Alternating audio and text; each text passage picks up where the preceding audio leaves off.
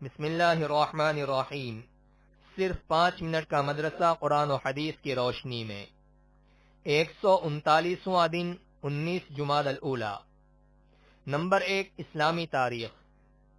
رجی اور بیر معونہ کا المناک حادثہ۔ جنگ احد کے بعد مشرکین نے دھوکے سے مسلمانوں کو قتل کرنے کی سازش شروع کر دی۔ ماہ صفر سن 4 ہجری میں قبیلہ عزل و قارہ کے لوگ مدینہ آئے اور حضور صلی اللہ علیہ وسلم سے درخواست کی کہ ہم میں سے کچھ لوگ مسلمان ہو گئے ہیں، ان کی تعلیم و تربیت کے لیے اپنا معلم بھیج دیجیے۔ آپ صلی اللہ علیہ وسلم نے ان کی فرمائش پر 10 معلموں کو روانہ فرمایا، جن کے امیر حضرت مرثد رضی اللہ عنہ تھے۔ مقام رجی میں پہنچ کر ان ظالموں نے 8 صحابہ کو شہید کر دیا اور حضرت خبیب اور زید رضی اللہ عنہما کو قریش مکہ کے ہاتھ بیچ دیا، جنہوں نے دونوں کو سولی دے کر شہید کر دیا۔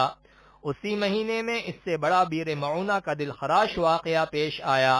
ابو برا عابد مالک نے آ کر حضور صلی اللہ علیہ وسلم سے فرمائش کی کہ اہل نجد کو اسلام کی دعوت دینے اور دین سکھانے کے لیے اپنے صحابہ کو روانہ فرما دیں۔ اس کی طرف سے حفاظت کے وعدے پر آپ صلی اللہ علیہ وسلم نے 70 بڑے بڑے قرہ صحابہ کو روانہ فرما دیا، جن کے امیر منذر بن عمرو تھے۔ جب یہ دعوتی وفد بیر معونہ پہنچا تو اس دھوکہ باز نے قبیلہ رعل اور زکوان وغیرہ کے لوگوں کو ساتھ لے کر ان پر حملہ کر دیا اور کعب بن زید کے علاوہ تمام قرہ صحابہ کو شہید کر ڈالا۔ اس المناک حادثے سے حضور صلی اللہ علیہ وسلم کو سخت صدمہ پہنچا اور 1 مہینے تک نماز فجر میں قنوت نازلہ پڑھی۔ نمبر 2، اللہ کی قدرت۔ بدن کی ہڈی قدرت کی نشانی۔ اس قادر مطلق کی کاریگری کو دیکھیے کہ اس نے ایک قطرے سے انسانی جسم میں کیا کیا کاریگری کی ہے۔ اس میں اللہ تعالی نے مختلف قسم کی ہڈیاں پیدا کیں اور ان ہڈیوں کو ستون اور پلر نما بنا کر پورے جسم انسانی کو ان پر کھڑا کر دیا۔ ان ہڈیوں کی شکل و صورت کو دیکھیے، بعض ہڈیاں ٹیڑھی ہیں، بعض لمبی ہیں، کچھ گول ہیں، کچھ سیدھی ہیں، بعض چوڑی ہیں، بعض پتلی ہیں، کچھ ہلکی ہیں، کچھ بھاری ہیں، کچھ ٹھوس ہیں۔ اس طرح کی مختلف شکلوں کی چھوٹی بڑی تقریباً 248 ہڈیاں ہیں۔ سوچو تو صحیح، ایک قطرے سے اتنا خوبصورت جسم بنانے والا کون ہے؟ نمبر 3، ایک فرض کے بارے میں۔ تقدیر پر ایمان لانا۔ رسول اللہ صلی اللہ علیہ وسلم نے فرمایا، ہر چیز تقدیر سے ہے، یہاں تک کہ آدمی کا ناکارہ اور ناقابل ہونا اور قابل و ہوشیار ہونا بھی تقدیر ہی سے ہے۔ فائدہ: تقدیر کہتے ہیں کہ دنیا میں جو کچھ بھی ہو رہا ہے، اچھا ہو یا برا، وہ سب اللہ تعالیٰ کے حکم اور اس کی مشیت سے ہے۔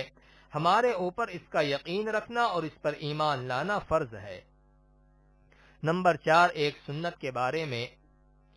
گھر والوں سے نیکی کا برتاؤ کرنا۔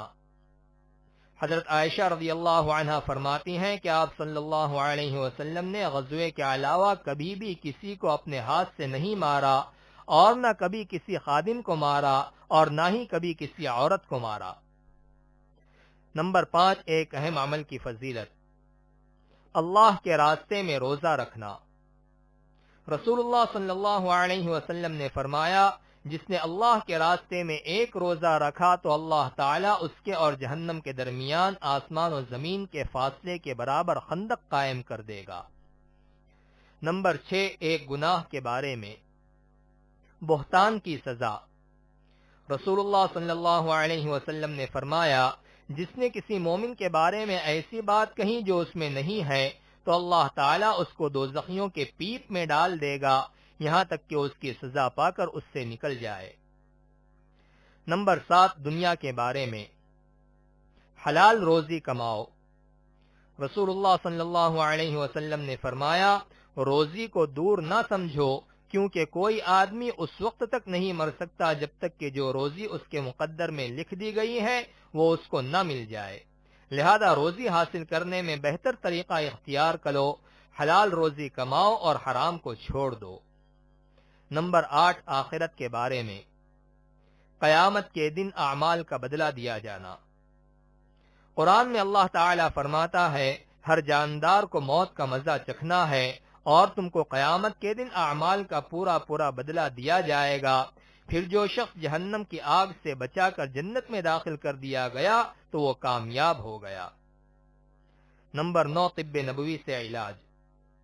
مفید ترین علاج۔ رسول اللہ صلی اللہ علیہ وسلم نے فرمایا، مجھے جبرائیل علیہ السلام نے یہ بات بتائی کہ حجامت یعنی پچنا لگانا سب سے زیادہ نفع بخش علاج ہے۔ فائدہ: حجامت سے فاسد خون نکل جاتا ہے، جس کی وجہ سے بدن کے درد اور بہت ساری بیماریاں دور ہو جاتی ہیں۔ نمبر 10، قرآن کی نصیحت۔ قرآن میں اللہ تعالیٰ فرماتا ہے، اگر تم منکر ہوگے تو یقین جانو کہ اللہ تعالیٰ تم سے بے نیاز ہے اور اپنے بندوں کے لیے کفر کو پسند نہیں کرتا، اور اگر تم شکر کرو گے تو تمہارے اس شکر کو پسند کرے گا۔